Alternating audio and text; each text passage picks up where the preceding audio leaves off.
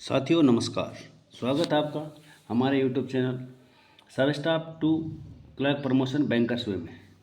आज की जो क्लास है तो वो जो कल क्लास हुई थी नेफ्ट आरटीजीएस और आईएमपीएस उसके एमसीक्यू हैं, लेकिन आपका एक छोटा सा एक और छूट गया था। स्विफ्ट स्विफ्ट कोड क्या होता है थोड़ा उसके बारे में आपको बता देते हैं, और फिर कुछ एमसीक्यू हैं जो अगर आपने क्लास दी है तो आप इजीली क्रैक कर पाएंगे, और ऐसे ही क्वेश्चन आपको सब स्टाफ टू क्लर्क प्रमोशन में देखने को मिलेंगे। अगर आप चैनल पर पहली बार हैं तो चैनल को लाइक शेयर और सब्सक्राइब जरूर करें, ताकि सबसे पहले आपको वीडियो मिले और आप उसका फ़ायदा उठा सको। तो आइए शुरू करते हैं बिना देरी किए हुए आज की क्लास। पहला है स्विफ्ट कोड। स्विफ्ट कोड क्या होता है, इसकी जो फुल फॉर्म पूछी जाती है काफ़ी लंबी है वैसे, SWIFT, society of world interbank financial telecommunication code. इस कोड तो अलग है, बाकी इस स्विफ्ट की ये फुल फॉर्म है society for world wide interbank financial telecommunication. अगर मैं बात करूँ तो स्विफ्ट होता है जैसे अपना IFSC कोड होता है, सेम वैसे ही स्विफ्ट कोड होता है। और जो स्विफ्ट कोड होता है उसमें अगर मैं आपको दिखा पाऊँ तो इसमें 8 या 11 करेक्टर होते हैं। इसमें आपको दिख भी रहे होंगे 4 4 2 2 और 3। अगर मैं इनको एक्सप्लेन करूं तो पहले जो 4 डिजिट हैं, ये 4 लेटर्स होते हैं पहले, वो बैंक को रिप्रेजेंट करते हैं। अगले वाले जो 2 होते हैं वो कंट्री को रिप्रेजेंट करते हैं, क्योंकि ये out of country Swift cross border किया जाता है। अगला है जो लेटर्स एंड डिजिट होते हैं 2 CC, ये लोकेशन कोड को डिनोट करते हैं। और लास्ट के जो 3 हैं जो वो ब्रांच कोड को। इसमें कुछ लेटर्स होते हैं और कुछ डिजिट होते हैं। तो आपको ये पूछा जाएगा कि जो स्विफ्ट में पहले तो कितने डिजिट या लेटर होते हैं, और पहले 2 क्या करते हैं, पहले 4 ये किस काम में आते हैं। तो पहले स्विफ्ट की full form society for world wide interbank financial telecommunication code होता है। ठीक है, अभी इतना ही था स्विफ्ट के बारे में, क्योंकि इससे डीप तो आएगा नहीं कि स्विफ्ट का क्या है, क्या फुल फॉर्म है, और कितने करेक्टर होते हैं, पहले वाले करेक्टर किसको रिप्रेजेंट करते हैं। जैसे कि अगर मैं IFSC की बात करूं तो उसमें जो मैंने आपको बताया था PNB वाला किसको रिप्रेजेंट करता है, लास्ट वाले जो 8 डिजिट है वो किसको रिप्रेजेंट करते हैं, 6 डिजिट किसको रिप्रेजेंट करते हैं। तो ये बस यही पूछा जाता है सब स्टाफ टू क्लर्क में। आगे थे क्वेश्चन आंसर। मैंने मेन इसी के लिए जो क्लास बनाई थी यही थी कि कल आपने जो क्लास ली होगी उसी के क्वेश्चन आंसर है, ताकि आप उनको इजीली कर सको और आपको कोई समस्या ना आए। तो पहला है नेफ्ट। नेफ्ट में जो ई है इसका स्टैंड फॉर्म क्या है, तो इसका जो स्टैंड फॉर्म होगा इजीली और इक्विटी अर्निंग एंड इलेक्ट्रॉनिक। तो नेफ्ट की फुल फॉर्म मैंने आपको बताई थी electronic, national electronic fund transfer, इसकी जो फुल फॉर्म होती है। तो इसका आंसर हो जाएगा आंसर नंबर 4। अगला है विच use for interbank fund transfer. ये बोल रहा है जो इंटरबैंक जो फंड ट्रांसफ़र होता है वो किस में होता है, विच यूज़ इंटरबैंक फंड ट्रांसफ़र। तो ये है RTGS, इसका आंसर होगा RTGS, real time gross settlement. इसका आंसर हो जाएगा RTGS। Which use for interbank, interbank के लिए कौन से इंटरबैंक जो अगर फंड ट्रांसफ़र करना है उसके लिए किसका यूज़ किया जाएगा, RTGS का। बाकी फुल फॉर्म में बता चुका हूँ आपको पहले ही। अगला है द यूज ऑफ IMPS। ये क्लास पहले ही चल चुकी है कि ये किस काम आती है, IMPS। तो अगर मैं IMPS की बात करता हूँ तो इसका आंसर हो जाएगा ऑप्शन नंबर 2, फंड डिपॉजिट के लिए, फंड ट्रांसफ़र के लिए।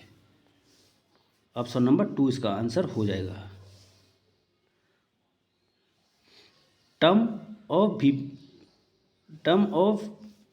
VPA स्टैंड फॉर्म की मतलब जो इस VPA की स्टैंड फॉर्म क्या होगी, virtual payment admin, virtual process address, virtual payment address और वर्चुअल पेमेंट एक्टिवेशन।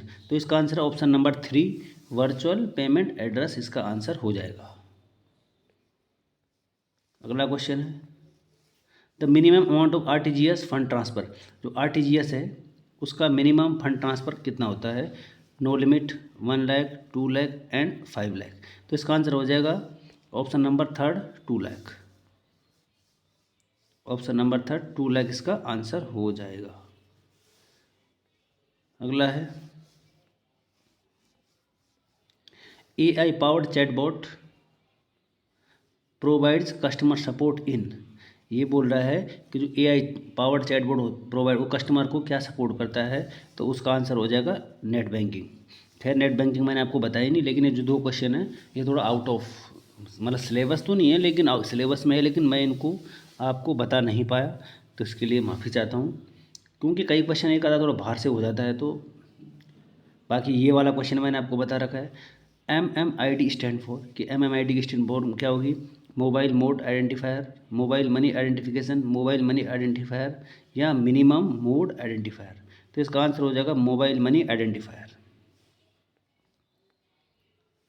अगला है dash is an alphanumeric code that identification bank branch NEFT and RTGS। ये बोला इनमें से किस में अल्फान्यूमेरिक और कोड होता है जो कि RTGS मतलब जो कि आइडेंटिफिकेशन के काम आता है? तो इसका सही आंसर हो जाएगा स्विफ्ट तो होता नहीं, MICR भी नहीं होता, MMID भी नहीं होता, इसका आंसर हो जाएगा IFSC।